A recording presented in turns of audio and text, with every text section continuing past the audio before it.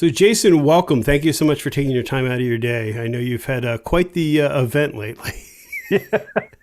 Thanks for having me, man. I appreciate you. Oh, no, I really appreciate it. So, how are things down there, sir? Well, um, as good as they can be. So, for those of you that may not know you, could you introduce yourself? Tell us a little bit about your channel, your social media presence.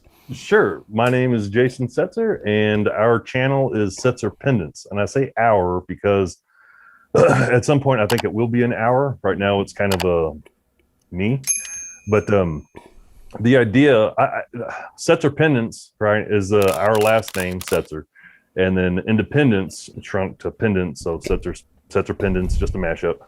And so I actually came up with that name in July 2020, long before I decided to have a channel. So my brother and I and our wives, we went on I don't think it was like, man, there's been so many miles, I forget now, but I feel like there's, I don't know, like 4 or 5 days we went riding. No, 6 days. We went riding 6 days. Anyways, while we were out and about and everything, I was like, everybody's celebrating Independence Day. And I was just like, our whole family is kind of independent thinking.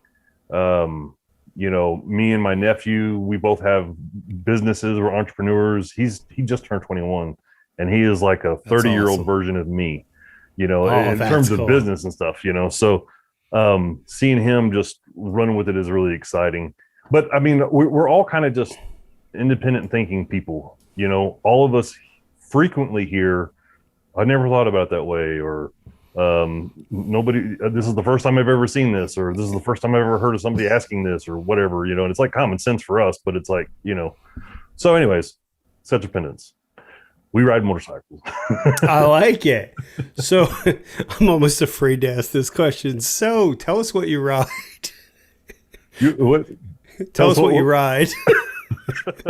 Right now, I ride a 2019 Ram pickup. I ride that thing all over It's like the worst statement ever. Okay. Oh man. So on a good day, I ride a 2020 Road Glide Limited. It has the 131 stage 4. I've Aside from current situation, I've got that pig dialed in just right, and I really like riding it. It's a blast. There's a couple small little tweaks that I'll add, just because you're never really done, I guess, modifying your bike until you get rid of it and start over. Mm-hmm. But for the most part, I'm 90% there. Okay. So for those of you that don't know, we had Watch a grown man cry, folks. Here it comes. So anyways, we had this epic trip planned, and in day 2 of said epic trip, my bike ended up at Superstition Harley Davidson in Arizona, Mesa, Arizona, Apache Junction, Arizona, with a blown head gasket and dislodged cat. The cat was 12 inches dislodged from where it was mounted inside the head pipe. The tech says, "Dude, I don't know how you didn't blow this thing out the tailpipe."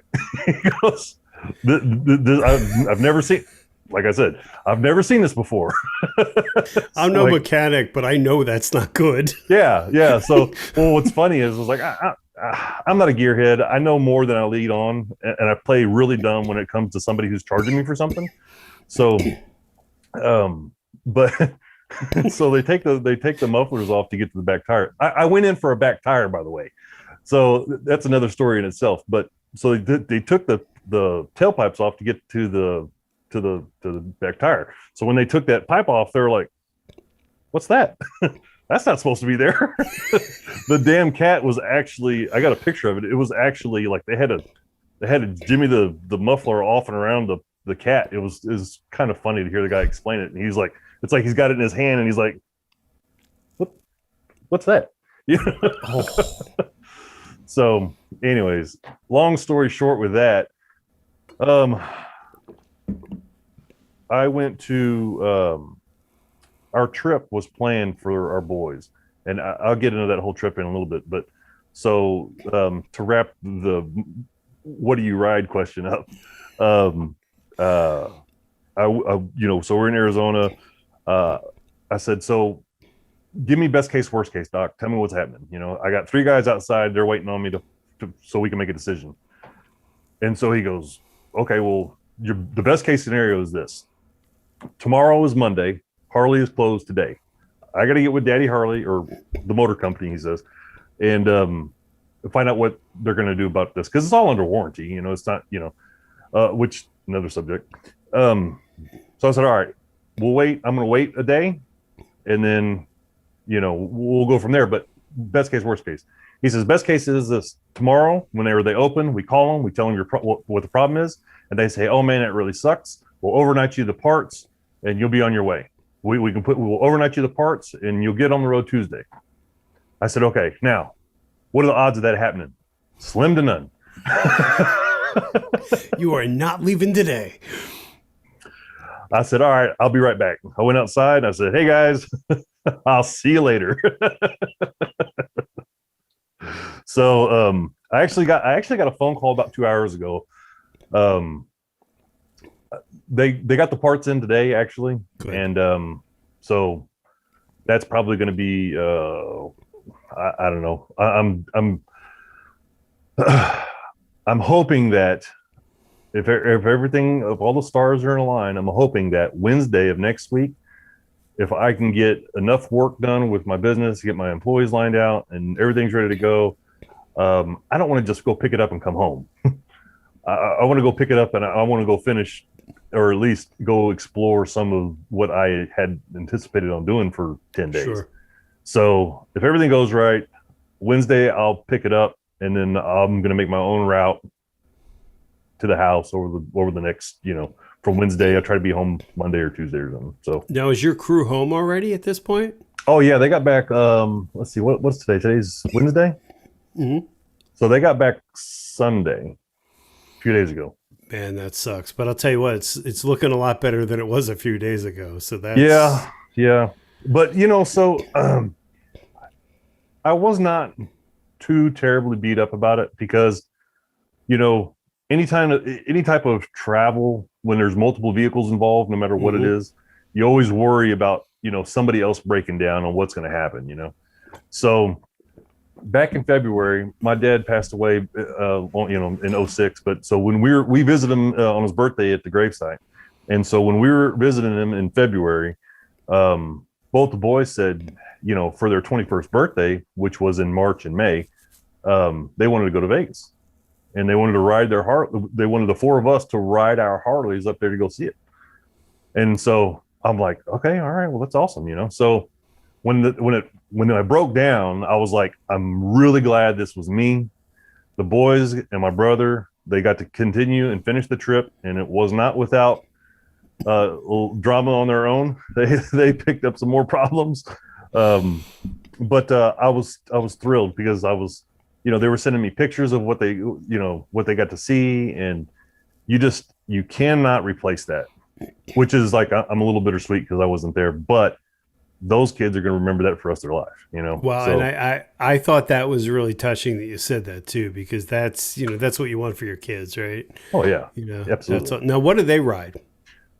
So my son rides a 2016 Road Glide Limited. Nice.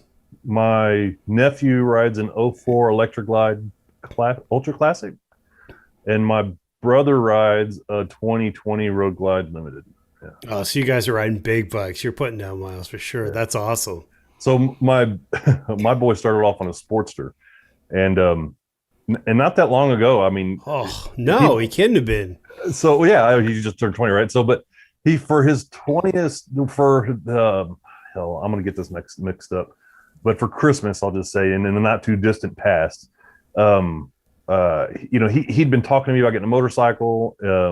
His cousin, my nephew, he already had a Yamaha something or another little, starter bike, 750, something like that.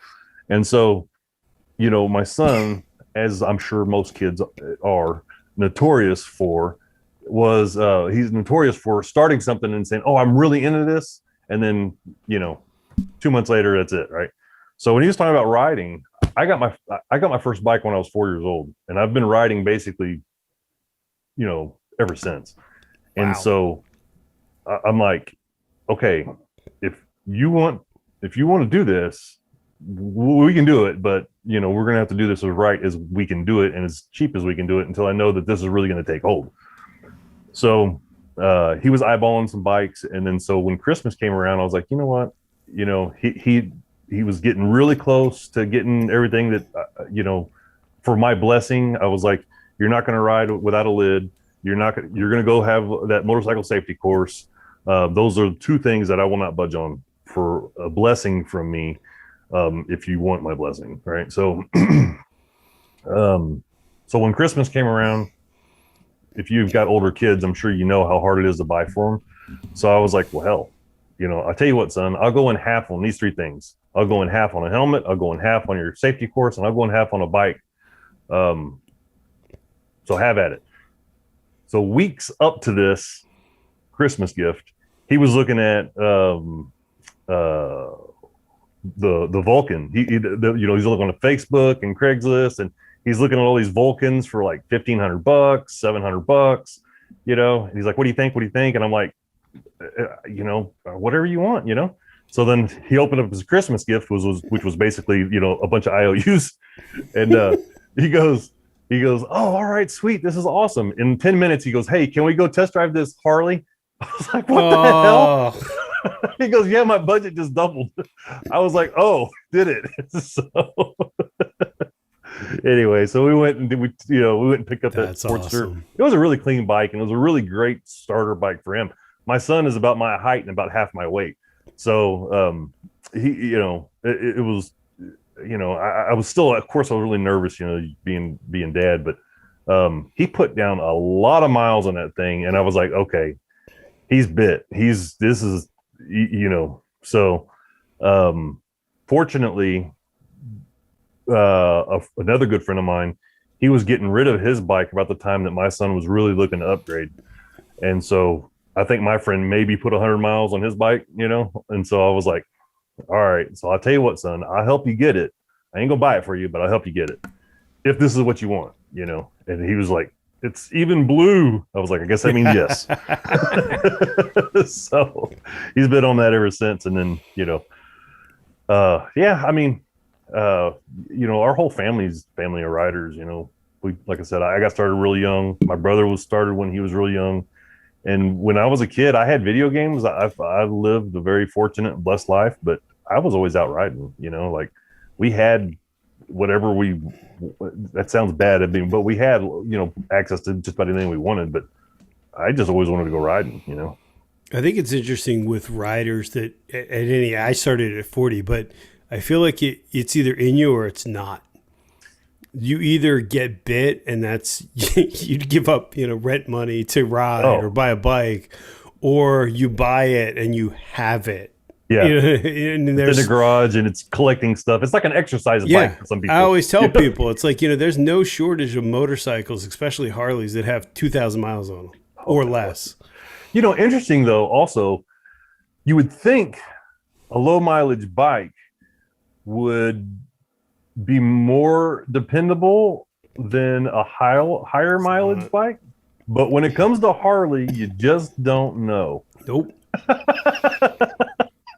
I bought mine was a 2014. I've had it for 2 years. I swear that bike was like that bike was like a 51% bike. Whatever they needed it to pass, it passed. But like the brakes were bad, the battery was bad. But no, you're right. You wouldn't think that, but you're always like, oh, if somebody didn't ride it, then what's really sitting in that might be worried about, Well, so like when you go shopping for a car, like I don't ever buy anything new, right? Except for my Road Glide, my 2020 Road Glide. But I don't ever buy anything. That makes sense. Yeah, right. So you look at vehicles, you look for something low mileage. You know what I mean? It comes off of a dead gum factory. What do you call it? The assembly line. You just assume that they're all going to be the same. All the parts are going to be similar, and you're not going to have any issues. Not always the case. Not when it comes to Harley. and I'm not going to get into a Harley bashing thing because man, right now where we're at, in this weird time of stuff, I realize when it comes to like my situation, there is only so much that can be done. Oh, You sure. can't just make parts appear out of thin air. You know what I mean? And I mean, I get that. I mean, I'm a business owner. I understand like kind of the whole circle from the customer wants a product to the company fulfilling the product. I get it. You know what I mean? Customer service could really get an overhaul, and I'm sure wouldn't hurt a lot of people's feelings. But I mean, like when it comes to me, I try to take the high road with stuff. I realize that I'm talking to a guy who's just trying to feed his family. You know what I mean? You're not talking to Mr. Harley Davidson. You know what I mean? Which I realize Harley and Davidson were two. Don't roast me, but I'm just We saying. got it. I'm just saying. You know, I I think that customer service could definitely use some help, but I'm not going to roast Harley. They make a. I mean, I love my bike. I love the way it looks. I think it's the best looking bike on the market. I will say hands down that was the bike I was after. Couldn't afford it. Bought the Road Glide, but that's my 2 year plan. I'm sorry, bought the Ultra. Mhm. That's my 2 year plan is to get a Road Glide. I think that by far is the best bike of the lineup. I think I will say this, and I'll just let people unsubscribe now. But you could get rid of the Ultra tomorrow, and I wouldn't care. Like to me, the Road Glide should be the premier bike. Now, where does your Harley lineage start? Did you start with a smaller one, or is this No, this is my second Harley. okay? My What'd you have first Harley before? was the '04 electric. My brother started his Harley crap. my brother, my brother, he's been on Harleys for a while. He's had 4 or 5 of them, but he recently bought. Okay, so the whole story is said a minute ago about my son and me and him. My brother went through the same thing with his son. Because the thing is like, okay, look, if you're okay, son, if you're going to ride a bike, I don't want you to ride by yourself. So I'm going to get a bike, and I'm not ready to get a bike yet. Blah blah blah. Anyways, so my brother, he bought that '04 Electric Glide Ultra Classic. He bought it nearly new, and had it forever. Since '05, I think. So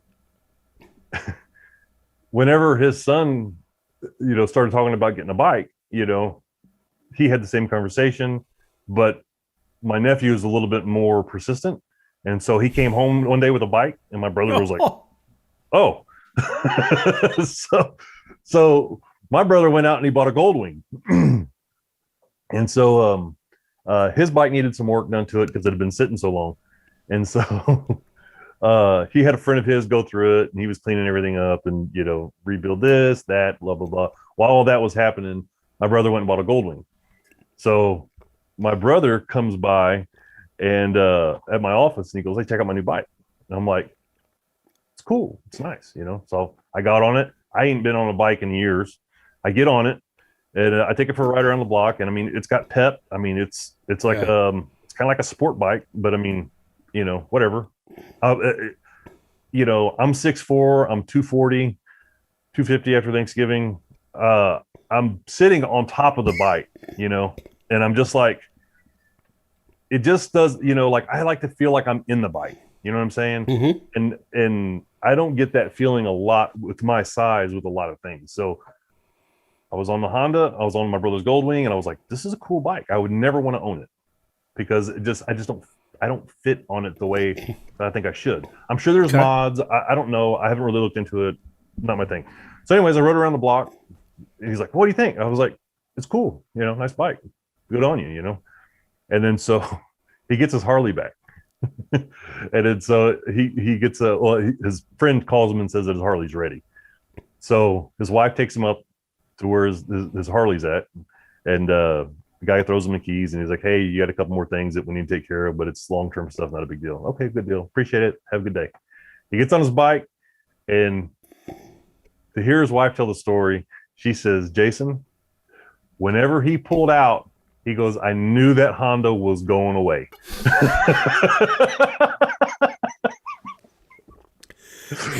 Oh, I know that story. As soon as he gets home, he goes, "Oh man, I really missed that bike." We The Goldwing, it had a very short life in my brother's garage. I think it was like 3 months he had it, and 2 months I think it was him like convincing himself that he really was going to keep it. Anyway, so then he went and bought a new bike. He bought a new I don't think they call them electric glides anymore. He bought I guess yeah they do. He bought a 2019 electric glide, or Street Glide Ultra, whatever the old man bike is, the Tour Pack and the whole nine, right? Mine. But they used to call them Ultra Classics. They used to call them electric glides. I don't know what they call them. They used to call them the Limited, or the Ultra. Yeah, see, Ultra Limited, okay. And then they took the Ultra away. Okay, so it's still electric, but it's the same bike. Yeah, it's the electric. But they think they dropped the electric. They did something stupid. Anyways, he got the 2019 version of that, and so he goes the day before. He was like, "Hey," actually, it was pretty funny. He goes, "I'm thinking about getting a new bike," and I was like, "What happened to the Honda?" He's like, "Fuck the Honda." Sorry for anybody. It just came out. Sorry for any Honda users that were watching. They're triggered. Like, you'll get over it. So he's like, "Man, screw that Honda." He goes, I'm getting a Harley." He goes, "Would you be interested in buying my old bike?" And I said, "Well, hell yeah." And he goes, he said he's telling me all the stuff that he needs with it. And I was like, "Look," I said, "is it drivable or not?" And he goes, "No, it's drivable." He goes, "But it needs tires." And I'm like, "When can I get my hands on it?" And he goes, "I haven't even told you how much I want for it." I said, "Jonas, just what is my next step?" So he goes, "All right." He goes, "Well, it needs tires." He goes, "I tell you what." He goes, "I'll trailer it over to the local Harley dealership, and we can drop it off and get them. You can just kind of take it from there." I was like, "Cool." So while we were there, he saw another bike that he ended up buying instead of the other one that he had already made a deal on. So he buys this bike, and he had a list of problems with it. And I'm going to make a video. I got a couple videos brewing over my recent deal. This is going to make that cut. Basically, he had that 2019. Everything was under warranty. He had a stage 3 on it, and the motor burn up, and we had like 5 rides planned or something like that, like all really close together. So he was at this Harley dealership, and then so I said, "Hey," I said, "So if they can't fix your bike," he goes, I said, are you going to borrow your son's bike to go to the Ghost?" Man. So then he sends me a picture of his new 2020 Road Glide. But so, I mean, that's I don't want to get off into this. I keep saying this, right? But like Harley's got this weird thing. I don't know if it's weird or not. I say it's weird, but it's like there's this ecosystem that a lot of people don't really understand how it works. You got corporate Harley or Daddy Harley, and then you got the dealers, and then you got the customers. And the customers, they want to sell bikes and they want to service bikes, or I mean, the dealers want to sell bikes, they want to service bikes. And so like, whatever they can do to make the customer happy, they're going to try to do that. Well, comes with that comes, of course, going to be some abuse. So, Daddy Harley comes in and says, "Hey, you guys stop putting the screws to us. And, now you got all these rules, And then, so now, the dealers are like, "Well, we can't do anything unless Daddy Harley says we can," so it's just this back and forth horrible thing, but at the end of the day, like my bike right now, it's Superstition Harley. Those guys did not sell me a bike. They didn't service my bike. They won't service my bike because I live in San Antonio. You know, there is no benefit for my bike to be there. Why do they care if my bike gets fixed? And I mean, you can rant on about the Harley name, but I mean, as a business owner, it doesn't make sense. Why do I care if this guy's bike gets fixed? You know what I'm saying? We're going to charge Daddy Harley for all this warranty work. We're not going to make any money, Sure. But so I'll make you a hell of a deal on a new bike. And that's what happens. I can't believe how often that happens and how often people do it. Yeah. Like my brother, hey, your bike is under warranty. It's smoked. You can't use it. it'll be 2 months before we can get you back on the road. Screw that. I want a new bike. And I'm like, and he's like a miser. He doesn't spend money on nothing, you know? And I'm like, man, I don't know if it's horrible or if it's awesome. You know, there's something about that experience. So the joke in my house is that we only own a Harley because my wife likes the bathrooms at the dealerships. And I jokingly, I say that, but I'm serious. We had a Suzuki, and anytime we were on the road, yeah, that's where we stopped. And one day we walked in, and the next thing I know, she's on a Sportster, on that Kickstart Sportster that's on the little dyno wheel or whatever it is. And the next thing I know, she's like, we should buy this bike. I'm like, what? We just came into test ride. Like, what just happened? Okay. We used to, and I'll freely admit this. We used to walk into my buddy bought a Sportster. I used to walk in there. I'm like, I don't want to be like these guys. You know, they're wearing their Harley shirts with their Harley jacket and their Harley wallet. Talk about ate up. Not even 24 hours later, my wife's wearing a Harley zip up polo or whatever fleece, and I'm like, what just happened to you? I don't even know you. So yeah, the running joke is Harley. Is it a motorcycle company that sells T-shirts, or is it a T-shirt company that sells motorcycles? You know, or a merchandise company, right? So, it's a merchandise company. I can't tell you when I was single how many times I'd be like at a bar somewhere, and you see some girl with a Harley shirt, and be like, oh, you ride? Yeah. Well, no. I mean, I have a permit. Well, I mean, I'm applying for my permit. Well, I mean, I'm gonna take the class sometime. But you got the shirt. It's on lock. Yeah. It's the free hot dogs. That's what does me. Huh? They get you in there for the free hot dogs. Oh, Saturday, come in for a hot dog. $30,000. You walked out with a bike. I tell you, if whoever's watching this doesn't know by now, if Harley says that they're giving away something for free, run for the hills. Yep. All the jokes that you hear, HD means, you know, just another $100. All that stuff is true. The Harley tax, all the things that they say. But here we keep going back because they got good hot dogs. Yeah, I will say that of the bikes that I've owned, this is my fifth or sixth bike, my only Harley. I can honestly say this is the only bike that's been able to be tailored fit for me. And there's a lot to be said to that. And all the joking aside, my dealership just got bought out, and now they're having bikini contests, which is really just, I don't know. I don't know what they're doing, but, you know, do you, boo. It's just so weird to me. It's like they got bought out, and all of a sudden I got people calling me, and they're like, you're coming in to test ride, right? No, but now you want my information every time I walk in the door. It's like, no. I know how this ends, and it ends bad. Yeah, it ends very expensively. I took out a 2000, I want to say it was an 18 Road Glide at Atlantic City Harley dealership, and I had my Suzuki time. Guy says to me, here's the keys, just take it. I was like, I don't know where I am. Doesn't matter, just bring it back. You know, we close at 5. I said, all right, but my wife's here and I want to take her with me. He's like, all right, you take it out for a while, get comfortable, come back, take her. I still to this day dream of that bike. It was like, you bastards, you sucked me in. You got me when I wasn't expecting it. Yeah, talk about a low blow. I wasn't expecting this. It's one thing to do like the 3-mile ride that they all do, but it's another thing to give me the keys and tell me to bring it back before you close. Like, this is wrong on so many levels. You're not playing fair. Yes. I test drove my first Road Glide in College Station, and it was part of that Setzerpendence trip in July last year, July in 2020. So we stopped at, I think, 12 dealerships because me and my brother, we collect the poker chips, but so do I. Yeah, we ride to the, you know, so like any poker chip that we got, it's somewhere that we rode our bike to, you know. So he you know, we hit, I think it was like 12 of them that we hit up, and I asked every one of them, you know, I'm like, so which bike do you sell more of? Tell me about the Road Glide. You know, I was hook, line, and sinker, and I just wasn't, you know, I didn't really admit it to myself yet.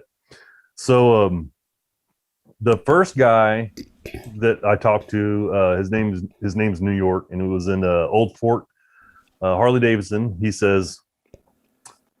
He goes, you want to ride one? And I said, no, I do not. And he goes, pretty smart. He goes, I'm telling you, do not get on one of these bikes unless you're committed to buying one.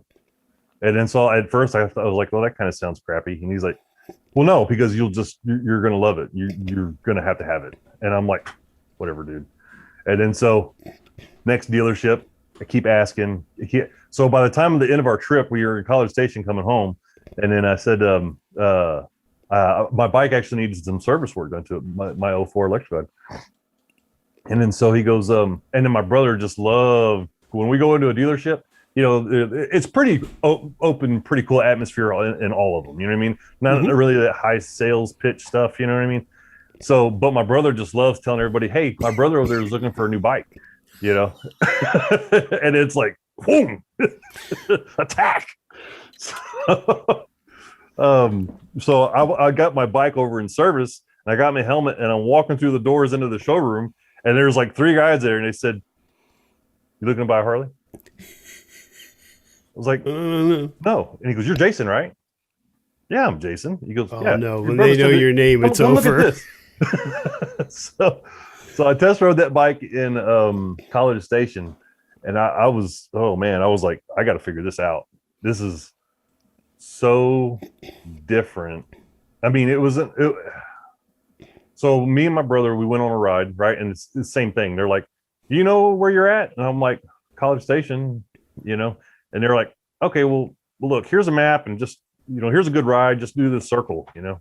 I'm like, all right, you know? So me and my brother, we both went, you know, he was on his bike and I was on, because at that time he was still on his electric bike. And then so we get about halfway and I'm like, hey, I said, do you want to switch? You know? And he's like, yeah, sure. I mean, we were riding right behind 18 wheelers and, you know, just we're trying to get the whole experience in the short amount of time you got the bike. You know, I mean, if you're going to test ride a bike in order to make a decision, you need to have the damn thing for a month. You know what I mean? With solid riding. You know what I mean? If you're going to be honest, you know what I'm saying?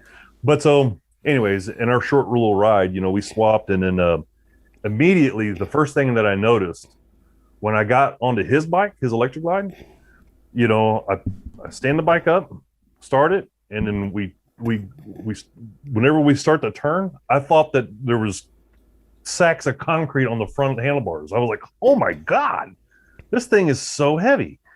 And then I felt like a little girl when I said that in my head. And I was like, hold on. What do you mean? What just happened? You know? And so like, I didn't notice it when I first got on the road glide and then I went riding. But when I made the immediate change, I was just like, holy smokes, there is really a big difference in the front end. Yeah, my bike with stock bars was a dump truck. Yeah. And it still's not, it's better, but it's not quite, you know, it's not quite there, you know. Yeah.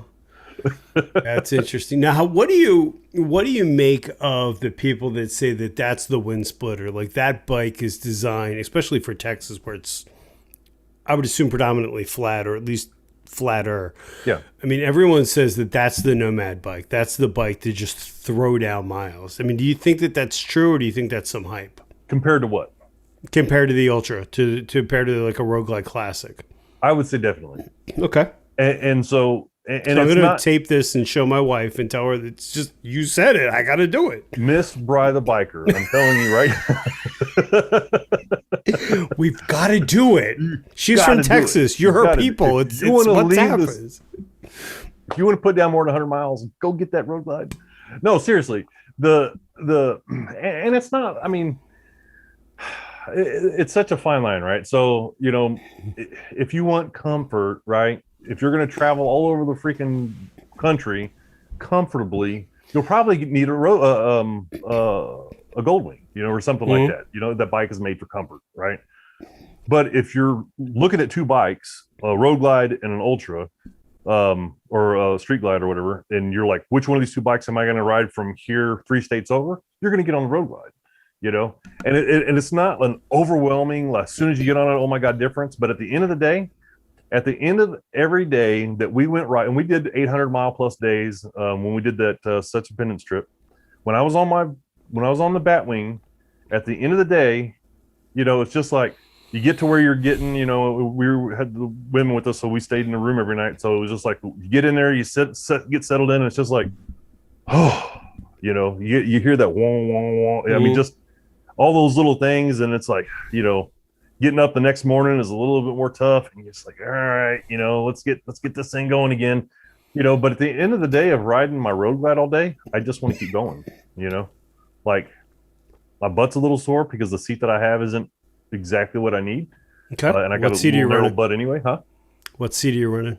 A Harley hammock. Oh, we could talk a few hours on that one. That's Yeah. what I have. So, Well, it's what I had. but the road glide for me is just, they talk about the pocket of air, and there's some truth to that. For me, being 6'4", I don't probably notice it as well. I don't. I get into enjoying the ride so much, no matter what I'm on. I kind of don't really. It's a struggle for me to try to pinpoint all the little stuff that people sell you on, But my brother asked me, he goes, "So what do you think about that little pocket of air that the guy was talking about?" And I was like, I don't know. It just doesn't seem like it's. I was like, it doesn't seem like. It seems like on a Batwing you're riding in a convertible, and in a road glide you're riding with the windows down. You know what I mean? If that's a comparison, I just came up with that. I think that's a good analogy. I like it. But I'm going to go in and tell the dealer that's what I heard. So I was telling my brother, I was like, yeah, whatever. And he goes, well, I'll tell you what I noticed. And I said, what's that? And he goes, well, we were doing 85 and you had your hat on just like this. He goes, we were doing 85 and you had your hat on. And I was like, oh, yeah, I guess so. And I normally ride with the lid everywhere I go. We were just in this situation, whatever. Sure. So, but yeah, so I was like, well, yeah, I guess so. He goes, there ain't no way in hell you can ride my bike like that, So it's like, I guess there is something to this pocket air thing. So now you've done a lot of performance mods, obviously, to your bike, but have you done any comfort mods, suspension, bars, anything like that? 6'4", 240 pounds. I could not comfortably ride the bike off the lot. Yeah. So I bought my bike from Waco Harley Davidson, and it had the 131 already in it.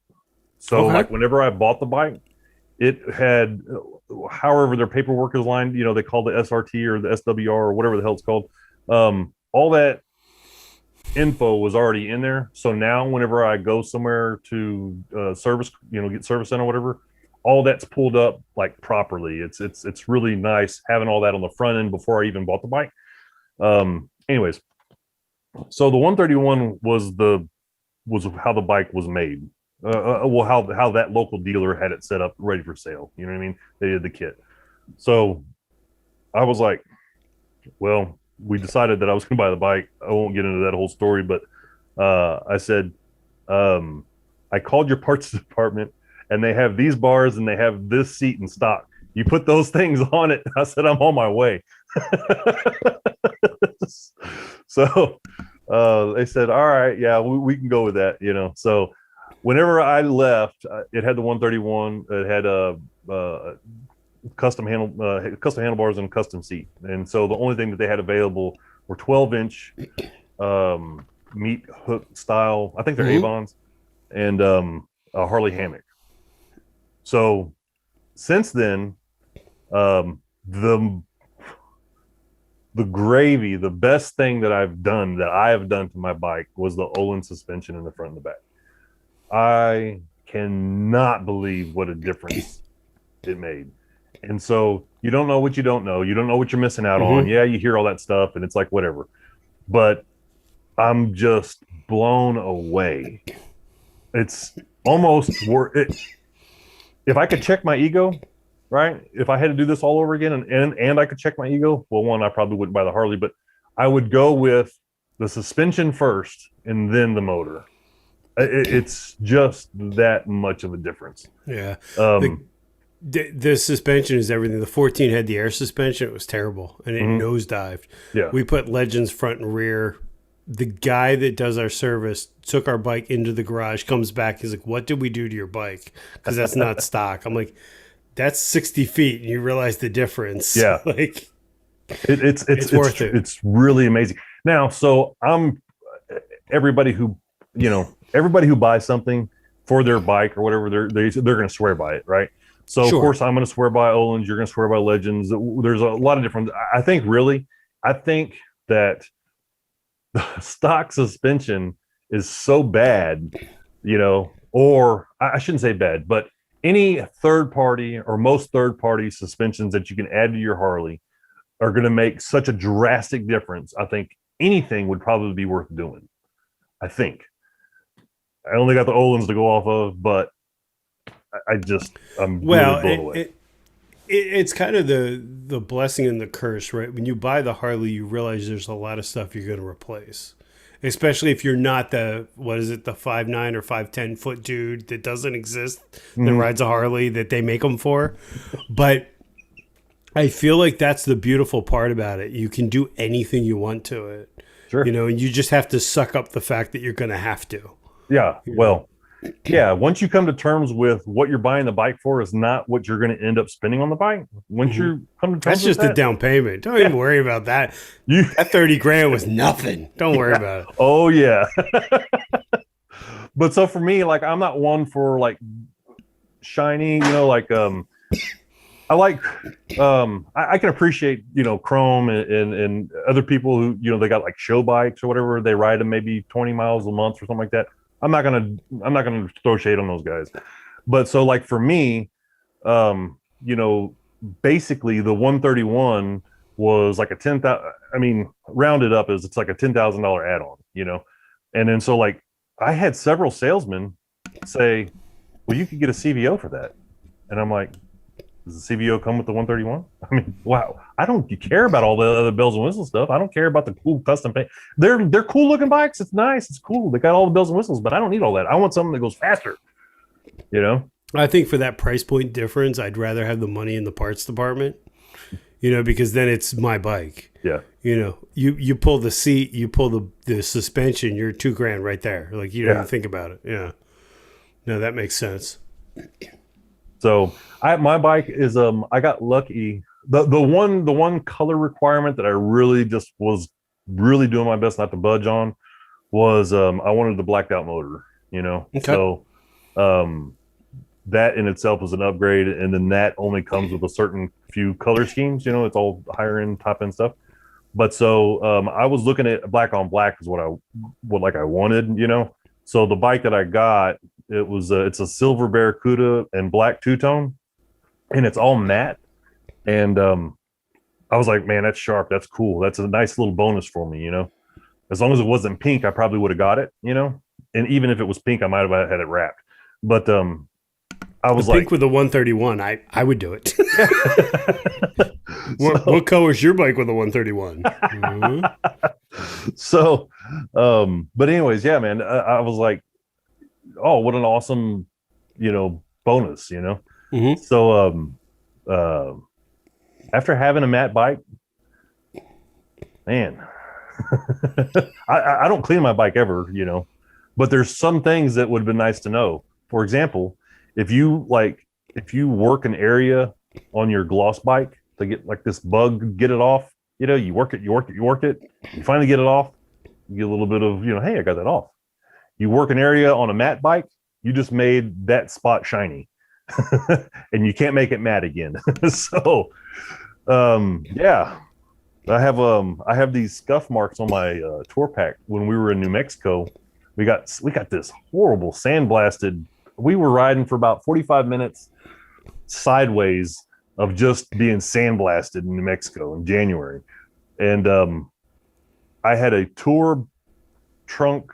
I had a luggage rack bag on my tour pack, Okay. It's made for it. Mm-hmm. And then the straps that came off of it, they hook and they clamp, but the parts that left, they're flapping in the wind or whatever. For some weird reason, those cause scuff marks on the trunk, in between the luggage rack and the trunk from the wind.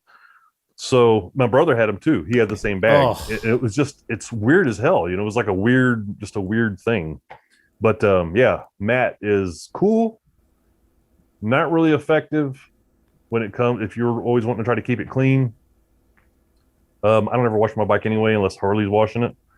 So I spend so much damn time over there anyway. So, I mean, I guess whatever, but yeah, I don't know. That 131, I'll talk about that 131 for a minute. So I when I was making a list of check boxes of things that I would like to have in my new bike, right? if I ever decided to get a new bike, these are the things I'd like to have. Well, 131 was on the list, traction control, the rider defense, all that, so we were in, we were on that trip, and my brother tells everybody, hey, he's looking for a new bike. He's looking for a new bike. Anyways, so we found a couple of bikes with the 131. The dealers build them and hoping that they're going to sell them. Sure. And then so there was a couple of them in some street glides, and then there was one that we saw in a road glide. But it was, I forget what it was, but I was just like, I would never own this bike. I forget why. But so anyways, when we get to Waco, my brother's like, hey, like I was outside and I was plugging my phone into the charger and we were taking a look at it. By the time I made it to the front door, my brother comes outside and he's like, hey, your bike is inside. Oh, and I was like, stop it, come on, stop it. And he's like, I'm serious. It's inside. I'm like, all right. So I'll go inside and sure as hell, it was there. So, oh, man. But so that 131, right? Thing number one, I'm going to put down a lot of miles. I don't want a lot of hassle. That's Sure. funny coming from a guy who owns a Harley, but that's what I set out for. And so I looked at, when I had the 04, I was looking at, buying just a straight S&S motor because I needed more power.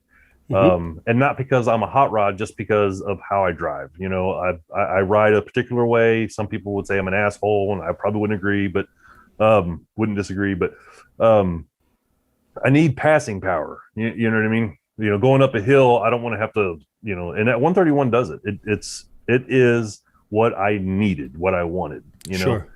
I'm thrilled with the bike. I'm thrilled with the power of delivery. Me and a passenger, two up, we don't get stuck behind anything. 18 wheelers, we zip around them. It's dare I say perfect. I mean, it's set up just perfect, it's all Screaming Eagle shit. So, I mean, there's, you can definitely get a lot more power out of that motor. Sure. Harley has it very choked down for EPA crap or whatever. The speed limiter, I've got problems with it, but, aside from that, just the power delivery, everything is really just balanced well on that bike, right? Sure. Love it. Now, so your buddy's salty. This isn't going to end well. Salty, I apologize. You were a great guest.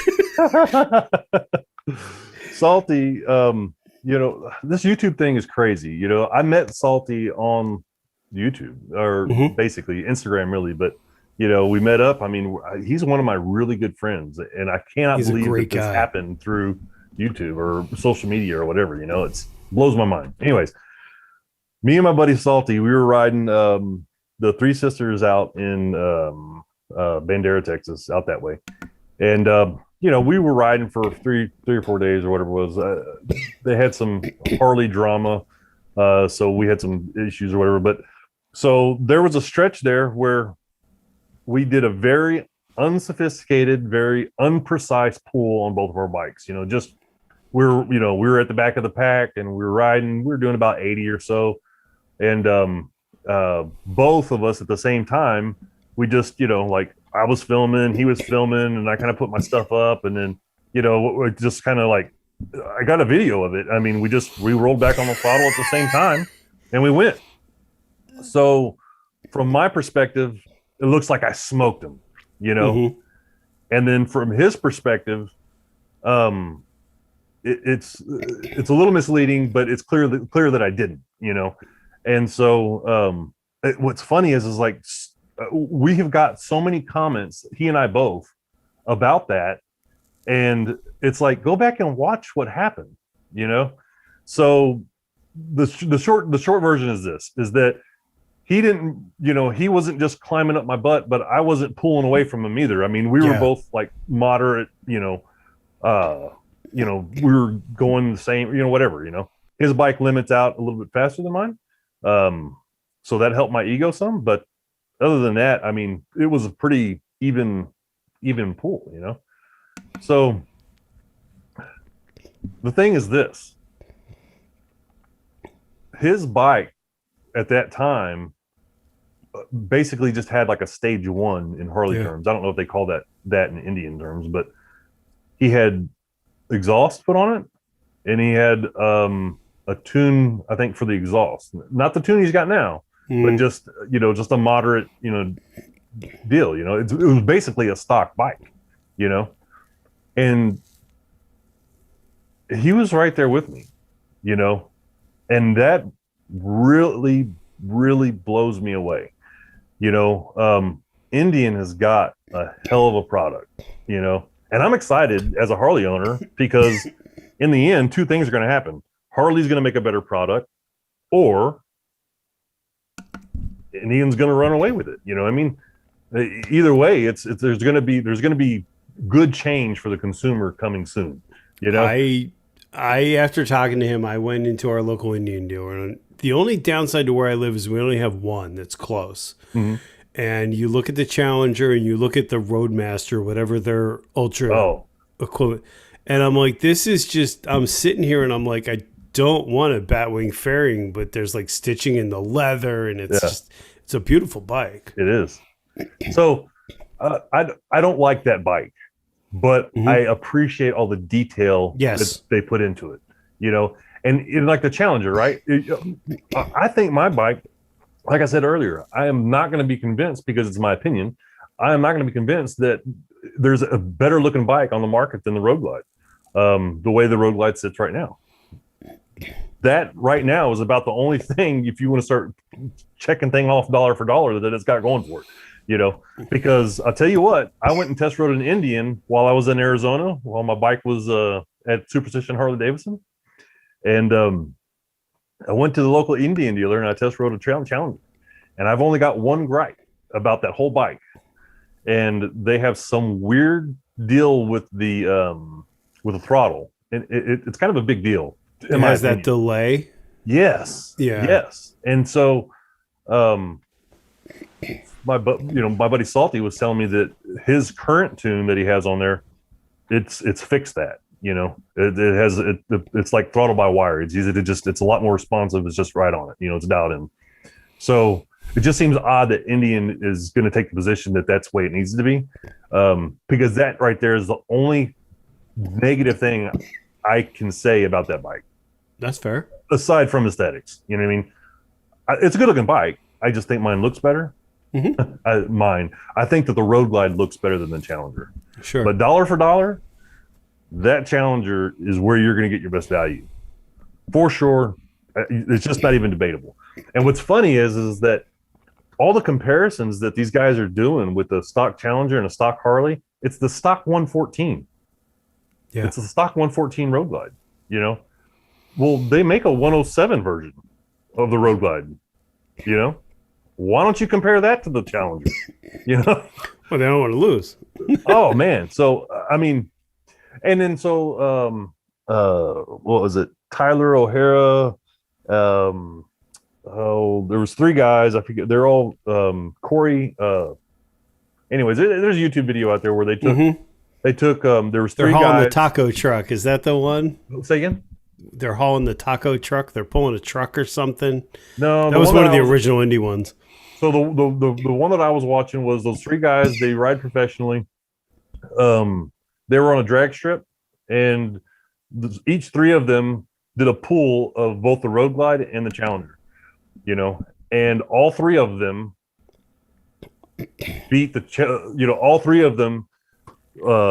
Their Challenger times were better than their Road Glide times. Now of course Tyler O'Hara won those out of those three guys. But anyway, my point is just that there's got to be some exciting stuff coming for the consumer of Harley Davidson motorcycles.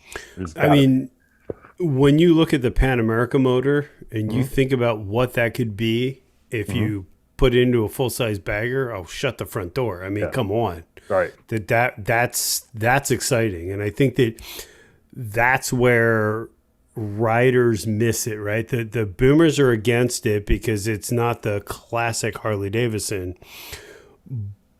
But it needs to end at some point. Well, maybe not end, but it needs to be supplemented. You know, Yes.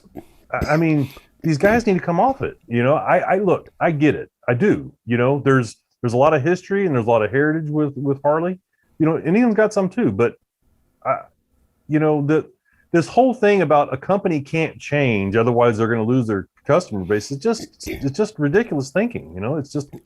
I would love to see them make if you're looking like the Apple line, right? Apple has the Pro phone. You throw a name on it, whatever it is. Sure. Take a Road Glide and just make it whatever you want it to be. You know, yeah, put everything into it and make it a technology package. Make it whatever you want, and then still sell the Icon series that makes no sense to me. But you know, because everyone wants a GPS and a bike they're never going to ride. Right. But I think that's what they should do rather than trying to please everybody. Just take. I mean, that's what they did with the Live Wire. You know, how many people really own a Live Wire? But the technology speaks for itself. You know, Sure. take a few bikes and just make them whatever you want them to be, and let the consumer fall in line. Let the consumer decide whether that's what they want to buy. Well, the consumer in the end is what should be driving the product anyway. You know what I mean? So, and I mean, I think over a long enough timeline, that's what generally happens. Harley's had a really good run with no competition for a long time.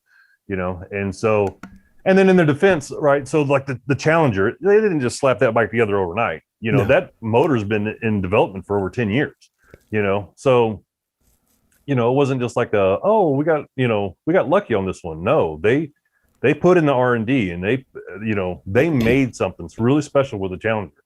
And so now Harley, you know, they need to respond. And I think you're exactly right. I think that there's no reason to you know, say you got to have A or you got to have B, you know, make the craziest, wildest bike that you can insure, you know, and see if anybody buys it, you know, and, you got a back order for those bikes? Maybe you should make more of them, you know? Well, and that's what I've heard about the Pan America. I mean, people aren't even paying our MSRP. They're paying street price, which is inflated because it's so hot. And I think that speaks to what's available. I mean, I've seen pictures. Probably shouldn't say this, but if you look at the pictures that I've seen from my local dealer of people that are buying that Pan America, they're not people I would expect. You know, they're over middle-aged guys with their shirts tucked in, with their phones on their hip, and they've got this cool adventure bike that's never going to see gravel. But they see value in it. You know what I mean? And there's something to be said for that. You know, if you can take a stereotypical Harley rider and sell them something out of the mold, there's a market for it. Sure. So you mentioned the Icon a minute ago. I'm probably way off. I always am. But I honestly I got this story concocted in my head, and I would really like to believe that this is what's happening with the Icon bike.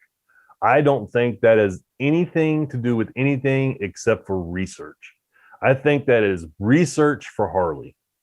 They put this out there. They're trying to gather data with that bike. People are, you know, they're furious about the price. They're saying that they're broke, and they're throwing all these things at it that has to do with money. And I think money has nothing to do with why they made that bike. And also, I don't think that, you know, heritage or any of the reasons that they said they made it, I don't think that that's why they made it either. You know, I honestly, in my head, I just feel like that bike is solely data research for Harley, you know? So like, who's buying this bike? Let's see how weird we can get away with things. And, you know, just like, you know, it's probably conspiracy theory. I mean, you know, I'm just like, I'm hoping they probably just, you're looking for a quick buck shit. I don't know. But, you know, I would like to think that it would, because there's just so much odd about it to me. Oh, I mean, to me, for a bike that's what, 1,500, it's got a GPS in it. I mean, it's cool looking. I've seen one in person. It's a stunning bike, but I see that as it's kind of like the cars that go at sale for Barrett Jackson, right? Everybody's excited and everybody's applauding, and the car's never going to see the light of day, ever. Go to the garage somewhere. Yeah. Well, that was the other thing too, right? So since they only made 1,500 of them, I'm like, it's not a money grab. It's not, you know what I mean? They're only making 1,500 of them, and they're selling them for X price. I did some quick guerrilla math that really added to my point. I think it was like 0.07% of their income was, on this bike or something that Harley was going to make on it. I'm like, that's nothing. That's that's some employees. They're not after money on this bike. Anyway. No, I mean, I think at some point you have to forget heritage and say, there's a different market, right? If I can look at a Challenger and see it's liquid cooled, it's got all this power, it's got all this technology, why can't I buy that in the brand that I trust? You know what I mean? The brand that I have, the dealer network here that I don't have in Indian. I didn't have in Victory. We had one dealership that closed. I think it's time to take chances. You know what I mean? Like it would be cool to see something that's, I mean, from everything that I've seen, I haven't ridden one yet. The Pan America is just a slam dunk. Like it's the bike that kind of put everybody upside down. I'd love to see them come out with a touring bike, and maybe that's going to be the custom. Maybe the custom's going to be that Sportster bike that blows it out. It's interesting. I mean, there's a lot of room for growth. The market's not that small. I don't like the argument that people make that Harley needs to stay in their lane. They don't need to experiment with a bike like Pan America. I'm completely against that ideology. There's some people out there that make a really strong case that Harley's going to blow with the Pan America. They're going to take a Harley customer and convert them to a BMW customer or whoever is owning that adventure bike market. There's a compelling argument there for sure. But the idea that you need to stay in your lane and make cool, what was the word I heard? Heritage type, like, what's the word I'm looking for? Just what everybody's known Harley to be. You know what I mean? I don't subscribe to that. Like, it's a business at the end of the day. It means more than typical businesses mean to most people, but there's a culture there. By far, you'll get people like, we'll never be on anything but a Harley. My dad's owned a Harley, my grandpa, I get it. It's fine. There's nothing wrong with that. There's nothing wrong with being able to acknowledge your heritage and that customer and also do something else. So like this Pan America deal, whether it succeeds or not, I definitely think doing it, there's nothing wrong with that. You know what I mean? Why is that a bad thing for Harley to do? No, I think that unfortunately there's so many people that act. I'm an Apple guy, but it's like when Apple came out with different things, people were like, "Oh my God, it's the end of Apple. Steve Jobs is dead." No, it's not. It's not how this works. It really isn't how this works. Right. Yeah. It's crazy. So moving on a bit, I guess as we start to close up with your channel. So your channel has a very unique look to it. I mean, you're obviously using some pretty high. So you're a Nikon or a Canon guy? Canon. You're gonna throw me off. You're a Sony guy, right? No. I'm Canon. All right, we can still talk then. All right, cool. So what's your camera preference? So I am completely new to all of this. Okay. I do a lot of Google foo and YouTube foo. And so the first mirrorless camera that I bought is the one that I'm using right now, and it's the Canon M50. Nice. And I say it's the first, it's the only. I have I bought 3 different lenses, the Sigma Trio with they're all f1.4, the 16, the 35, I think, and then the 50. So anyways, this whole channel, this whole environment, everything is, I made my first YouTube video with my first upload. You know what I mean? It's like, I don't have a background in this. I draw blueprints for a living. So like, I'm familiar with computers and I pick things up pretty quick, so like, I definitely got to learn hands-on, so, I love being a student of the game, That's a fantastic camera. That camera's no joke. That's what I started with. That's a fantastic camera. Well, I mean, I've logged anything that you can tell is not a GoPro on my channel is shot with this Canon. So, like I'll throw, I like experimenting. I'll put ND filters on there and I'll see how that works. And I need to run the f-stop up some if I'm going to have an ND filter. If I'm being a bright sun, it's just like there's just so many moving parts, and it's frustrating as hell. But it's also really satisfying when you get a shot dialed in. So yeah, I am a gear head, I guess you could say. I'm a nerd when it comes to things like this. I got to know why things work the way that they do. So like I've got people call me a perfectionist. I don't believe that. I think most perfectionists don't, but I don't believe that I'm a perfectionist. I just want it to be right, So I don't have. It doesn't sound as maddening as you say it that way. I don't have a problem with putting out something that isn't quite up to muster as I'm learning and as I'm putting stuff together and figuring stuff out. Like right now, my big problem, and I think where the problem lies is in the codec or the that part of the processing when it goes into Premiere, because I like all the GoPro footage I have.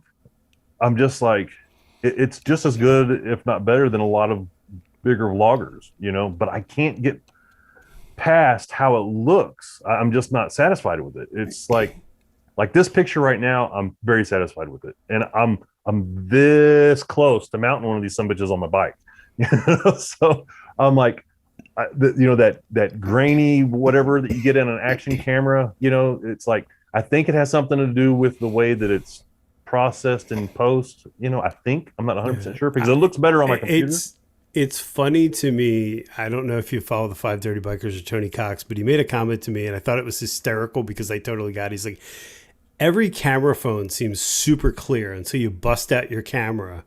And then you're like, oh, that's what a picture's supposed to look like. Yes. Yes. I feel like the GoPro is one of those things where it works. Yeah. But it's kind of like the cell phone, right? It's good until you put it up against a full frame digital mirrorless camera. Yep. Or, an M50, because especially if you're using primes, like that thing smokes. Yes. I mean, I've shot videos that I've put up on Instagram and people are like, what phone are you using? I'm like, I'm not. Yeah. It's a real camera. And it's funny because I grew up in the day and age where that was king, right? Like if you had an SLR, that was king. There was nothing compared to it. And you get so spoiled by like the GoPro is always like one of those hit or miss things. Like it works and it's convenient, but it's never what you need it to be. It's not the quality that you're looking for, And I'm like, that I'm looking for, so it's like, I've got kind of a big problem with my channel, and that is this. I have kind of tested the waters in a couple of different things, mainly because I feel like I want to dial in my settings. You know what I mean? I'm like, I'm putting content out there. I don't have a direction really. It's kind of, very nicely put together rambling. I identify as an introvert, so like I'm not really good at being the life of the party. My buddy Salty, he you put a camera in his face and he's like, oh hey, blah, blah, blah, blah. I'm like, I gotta think about shit. I'm like, okay, all right, what am I gonna say? What am I gonna say? And I also feel like there's nothing worth filming when it comes to me. You know what I mean? Like nobody wants to know that I'm standing in front of this Waffle House. Nobody. It's like. Anyways, so that's a problem in itself. But the big thing for me is like I'm learning what all the buttons do, and I'm pulling all the levers, and I'm trying to figure this thing out. I'm getting my feet under me. Like I was said before, 2018 till now has probably been the most turbulence in my life. And so it's like once one thing starts to get going, then I'm like, I got 6 other things I got to deal with, And I'm not poor me. I'm just like, I'm trying to find balance, So Sure. Right now, part of my turbulence is all my camera gear, with the exception of this camera and this one lens, is in Arizona, including all my microphones and everything. Because whatever we set out, I was like, I don't know what I'm going to need. I don't know what I'm not going to need. I'm going to take everything I own. That way I know I'm safe, you know? And sure as hell, I got 2 days into the trip. All my stuff's in Arizona. I came home. What's really funny, what's hysterical is this Canon M50 that I'm on right now. I have this 18 millimeter or the 16 millimeter Sigma on it. I had it on this Joby tripod with this shotgun mic. Mm-hmm.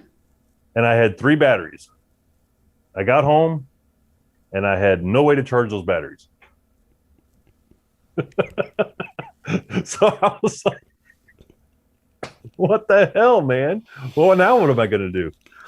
Luckily, I had a spare, I'm not even going to why, but I had a spare power converter for the battery. Of course, I took one with me. Where am I going to plug that in, right? The dirt? I mean, why would I take that? I took everything, you know, just in case. So now I come back here. I luckily had bought 2 by accident and I didn't send one back. And so I was like, oh yeah. So that's the only reason we're having this right now. And it's not on my phone. Oh, that's funny. But yeah, man, I'm a gearhead. I like, you know, gadgets and all this stuff. I like, you know, I love conveniences. You know what I mean? I love riding and I want to have both, you know. Hey man, you're gonna ride from coast to coast on a chopper, hardtail, whatever, rigid frame. Hey man, I'm not gonna take nothing away from you. I'm not gonna do that. I want a map in front of me that tells me where I'm at, tells, you know, I know where I'm going, I got a plan, you know, cruise control. I need these things. This is what kind of a biker I am, you know. Sure. So it is overwhelming, the gear, right? Because it's just like you got all this stuff and it does all these things, you know. Salty's killing it. He's doing a great job and he's doing it with his iPhone, you know. Well, and that's the thing too. I don't know how it is for you. I mean, you've got 3 prime lenses, but I find like the more equipment you have, sometimes the more lost you get into what you need. You know, and I mean, most of my YouTube videos are shot on one zoom lens. And then the other stuff is, you know, just whatever, like this lens. But I feel like sometimes that's the downfall. Smitty's the perfect example of that. He edits on his iPad. Mm-hmm. I thought he was kidding me when he told me that. I'm like, that, and he's like, don't make fun of me. I'm like, dude, that's got to be the coolest, purest thing I've ever heard. Like, you're not getting lost in needing Premiere Pro and 80 gazillion gigs of RAM and storage. You know, yeah. I mean, I'm definitely in this at this point in the game for way different reasons. You know what I mean? And we have all got our reasons, and I'm not going to get into who's right or wrong. You know, they're your reasons, whatever. You know, but you know, if you want to last on YouTube, you definitely, it's content first. You got to have content, and people that are not lost in the gear like Salty and Schmitty and, you know, Hells on Two Wheels. These guys, they're not lost on, you know, hey, what camera should I get? All this. They're just having a great time, and they put something up in front of their face that's recording it. That is going to make you last on YouTube, I feel. You know what I mean? And I would like to get to that at some point, but like right now, I'm so obsessed, and not in an unhealthy way. I'm just so fascinated. That's a better word. I'm fascinated in what makes this work. You know what I mean? The worst is, and I mean, I see this at work all the time. You'll sit in a meeting and you'll be like, you'll call something out, and people will be like, "What are you even talking about? I don't see that." And I'm like, "How do you not see that? How do you not hear that?" And they're like, I have no idea what you mean. And I'm like, all right, so I'm either nuts, which is possible, or I'm sweating over stuff that ain't nobody seeing. Yeah. Well, probably a little of both, right? You look at your analytics and somebody's watching it on their iPhone. Yes. Meanwhile, I'm watching it on my brand new TV going, this looks like crap.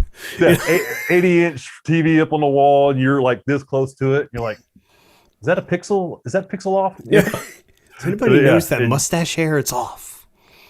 Reshoot it. I'm gonna comb this out. But it's, I think that's the creative sickness, right? You want to you want to make it better, but at some level, at some point, you're only making it better for yourself because there's like 3 people in the world that might notice it. Yes, I'll give you. And none of them are going to reach out and tell you that.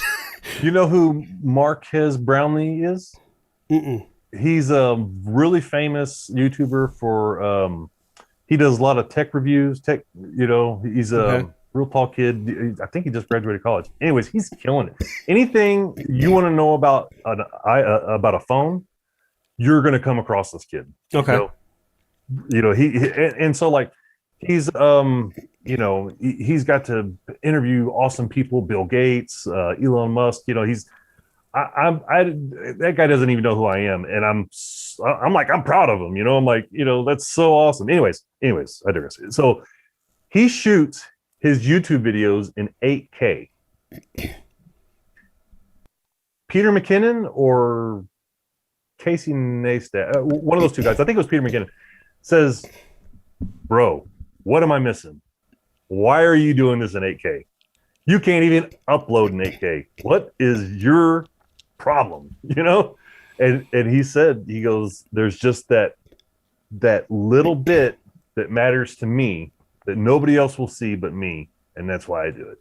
Yeah, and there's we just got a 4K TV last week, and I fired up. Now, I posted a lot of my videos in 4K, just sort of future-proof myself, in a sense. But when you look at it, you're like, wow, that's amazing. And I'm thinking there's probably nobody else that's even watching this in this kind of content, in a dark room with a calibrated television. A lot of people don't even know you probably calibrated TV. that's the part of the sickness that's so, it's fun and it's sad at the same time. It's like you can see, if you're into it, the difference. If you follow Whit Mesa, she's got an amazing set of Canon lenses and her work is brilliant. Mm-hmm. And you watch some of her live streams, I'm like, oh, that's what a 35-1.2. Nobody else knows that. Nobody else is even paying attention to it, but it's the sickness of that. Once you see it, you can't unsee it. Yes. It's kind of like with the motorcycle. Once you've had premium suspension, once you've had premium shocks, once you've had custom bars, there's no going back. Nope. It's like people that tell me, oh, they ride an HJC helmet. There's nothing wrong with an HJC helmet. Nothing wrong at all. But the minute you put on a Schuberth or a Shoei, you're done. It's game over. You're never going back. I'll tell you what. You talk about the helmet thing. I got a Shoei, and it has the buckle clasp. Apparently, not all Shoeis have that, I guess. Okay. I didn't realize it'd been forever since I had actually. I grew up on a motorcycle. I rode a lot of years on a motorcycle. Never wore a helmet. Never could get them comfortable. Never fit right. I just always hated them. Blah blah blah. Anyways, I got on my 04. My brother was adamant. He's like, "Let's just go try some on." Went and tried some on. Yep, same thing. I remember. I hate it. Not doing it. Not wearing them. He says, the sales guy. He goes, "Have you ever tried a modular?" I'm like, "I don't know what that is." He says, "Modular helmet." I was like, no, does it make the hole bigger? And he goes, "Well, yeah, actually." I was like, "What are you talking about?" So he's like, "Well, put this on. It's a modular. The front opens up." I put it on and I was like, "I want this one." I want this one right here.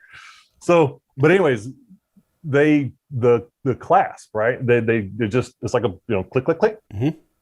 It's done. I thought that, like I said, it's been forever. So like when I bought that helmet, my brother was telling me, they got Bluetooth and they got all these bells and whistles and all this stuff. And I'm like, it's really awesome, So, we come out of there at $1,000 and I was just like, wow, So I got this helmet and I got all this stuff and all this gear. And I just thought that all helmets were like that. I just thought that they all had the clip, the clasp thing like that. And then most of them come with Bluetooth of some sort. I just thought the visor thing was a common. I just thought that the helmet that I got, Neotech 2, was it. I thought everybody had that.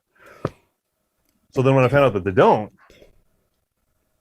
was not too long ago, because I was looking for a replacement because my helmet's in Arkansas or Arizona. Oh, yeah. So I was like, I just need a sub $300 helmet to get me. I'm doing this pup run with Salty this Sunday. And so my bike is in Arizona and I'm like, I'm not missing this. He's put a lot of work into this. Sure has. I've been promoting it as best as that I can. And I really don't do that. I just, but I'm really excited for them. It's for a good cause. And so I was like, I am not missing this. So I rented a Harley and I've already paid for it. And I got to go pick it up on Friday. And since they're not open on whatever day, I have to, Harley. Oh man. Indian, So if you're listening, there's a sponsorship deal right here. Call him. Yeah, I have to have a 2-day rental because they're not open on either the day I'm picking it up or the day I'm taking it back. I forget which one, but I'm like, I shouldn't have to have an any day rental, but I digress. So my $250 a day rental just went to $500. Anyways, not missing my buddy's event. And so I'm like, I just need a, it was as I put down my non-refundable rental that I realized I didn't have a helmet or GoPro or any riding gear or hell, anything, because it's in Arizona. But I was like, I just need a helmet just to get me by for the day. Not even a full 24 hours. I just need it for one half a day of riding. So my son, who actually just he picked up a sales gig at a local bike shop selling motorcycles. And then so he's naming off all, the little Simpsons right down the road, and they make a modular helmet and this. I was like, oh, cool. So I'm looking at all these helmets. I'm like, what's wrong with their straps? That's some peasant shit. What? I'm not putting that on my head.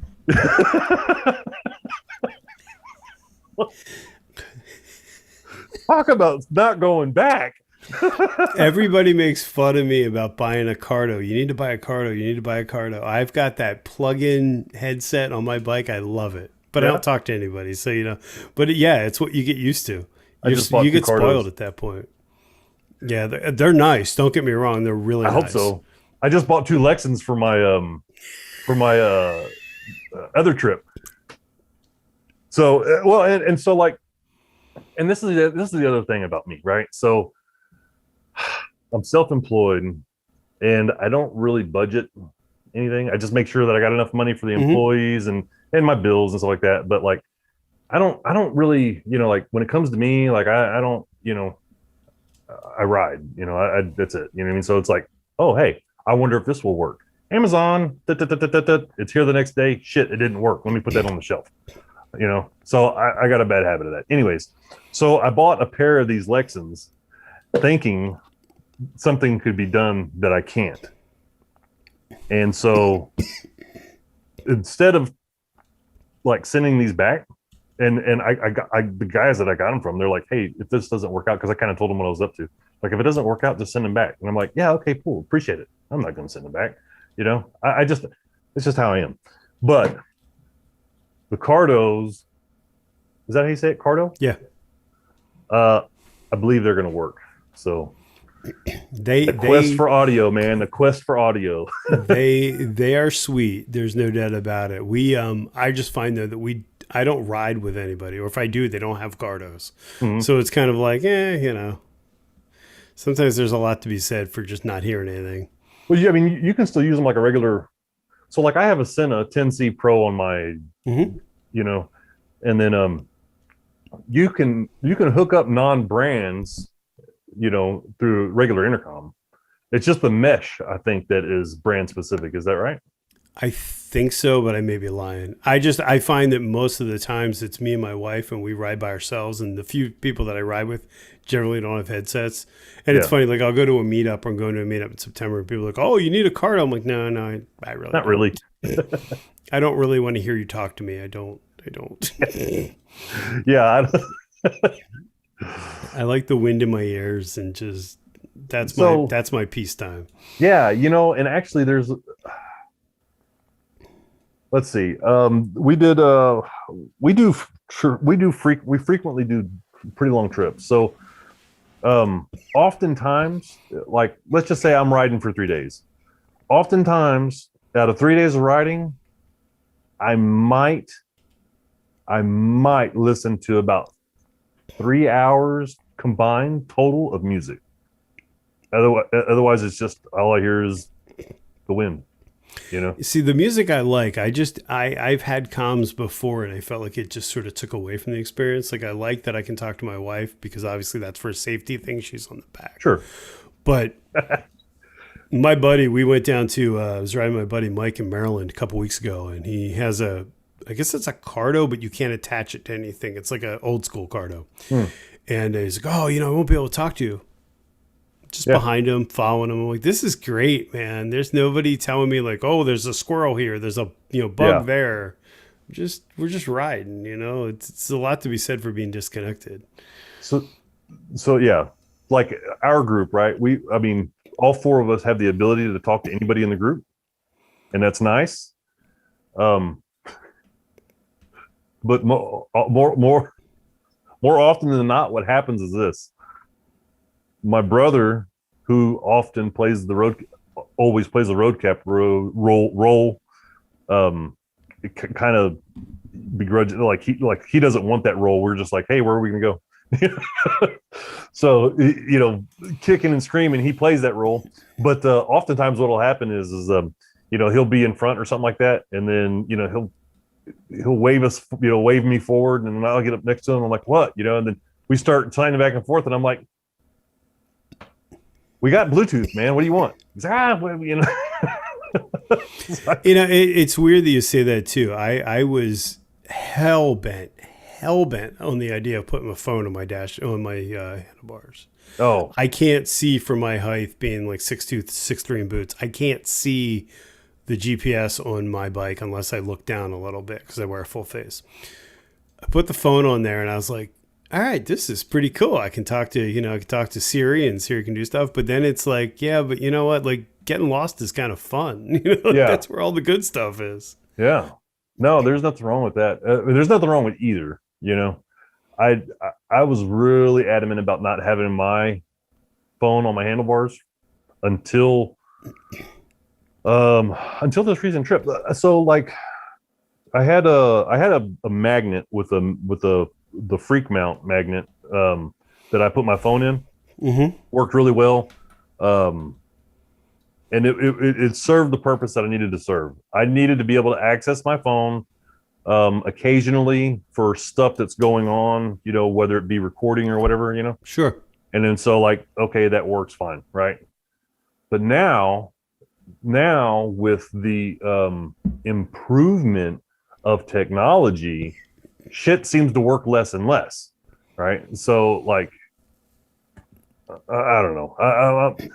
Anyways, for this trip, I got a mount for my handlebars. It's a quick release clamp. So like you can put it on, put it off. And I was like, oh, that's nice. That's, so like I'm experimenting with a couple things and they all kind of revolve around access from my phone.